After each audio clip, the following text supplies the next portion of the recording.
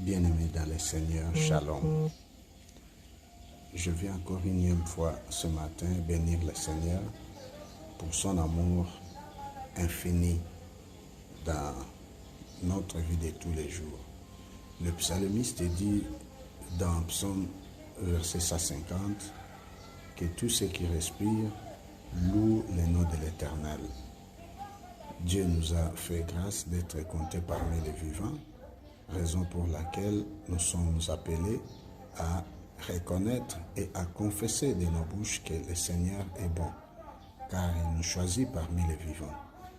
Je peux être malade, tu peux avoir des difficultés, tu peux avoir des situations pertinentes, mais parce que tu es compté parmi les vivants, il y a encore de l'espoir et tu mérites de reconnaître et de louer. Le Seigneur pourvoira pour ta situation. Mais nous voulons rapidement parler dans le Nouveau Testament un verset tiré dans 1 Corinthiens chapitre 13, le verset 2.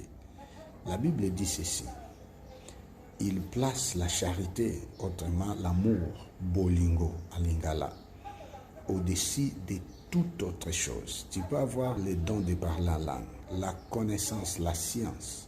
Tu peux avoir la foi de déplacer les montagnes. Mais si tu n'as pas l'amour, tu n'es rien. Qu'est-ce que l'amour? C'est faire, c'est aimer Dieu de tout son cœur et faire sa volonté. Quand on aime, on accepte, on supporte, on pardonne et on se soumet. Avons-nous ces choses en nous en tant qu'enfants de Dieu? L'amour ne soupçonne pas. L'amour esquisse tout, l'amour pardonne tout, l'amour supporte tout. Et l'amour, ce qui est bon, ne marche pas dans le fraude, dans les mensonges, dans la haine, dans l'égoïsme. L'amour ne marche pas dans le mal, mais l'amour marche dans le bien, dans la vérité. Et dans le psaume chapitre 23, il n'y a que 6 versets. Le premier verset dit: l'Éternel est mon berger et je ne manquerai de rien. Si réellement l'Éternel est ton berger, tu ne manqueras de rien. Car quand la maladie viendra, lui il s'appelle Jéhovah Rapha. Il guérit celui qui est malade.